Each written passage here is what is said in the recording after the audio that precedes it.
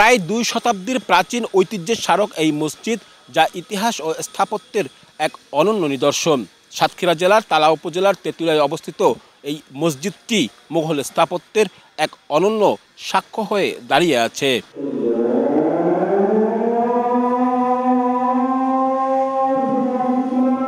মুয়াজ্জিনের এমন সুমধুর কণ্ঠের আজানের ধ্বনি মুসল্লিদের একত্রিত করছে মসজিদটিতে প্রায় 200 বছর ধরে।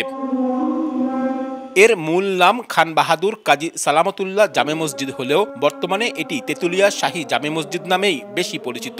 ইতিহাস থেকে জানা যায়, তেঁতুলিয়ার ধার্মিক জমিদার মৌলভী কাজী সালামতুল্লাহ খান বাহাদুর 18 শতকের শুরু কিংবা মাঝামাঝি সময়ে মসজিদটি নির্মাণ করেন। চুনসুরকি ও চিটাগুড়ের গাঁথুনিতে নির্মিত মসজিদটিতে 15 ফুট উচ্চতা বিশিষ্ট 6টি বড় গম্বুজ এবং 8 ফুট উচ্চতা বিশিষ্ট 14টি মিনার রয়েছে। এছাড়া 25 ফুট উচ্চতা বিশিষ্ট 4 কোণে আরও 4টি মিনার রয়েছে। এতে মেলে মোঘল স্থাপত্যের ছাপ ও শৈল্পিক নকশার অপূর্ব সম্মিলন। মসজিদের উত্তর পাশে রয়েছে প্রায় 2 একর আয়তনের একটি বিশাল দিঘি। মসজিদ থেকে সিঁড়ি গিয়ে মিশেছে দিঘির তলদেশে। সালামতুল্লাহ খান বানাইছিলেন 1843-44 সালে। এই জমিদার বাড়ি আর এই মসজিদ একই সঙ্গে বানানো। বাংলাদেশের দ্বিতীয় কোথাও আর নাই।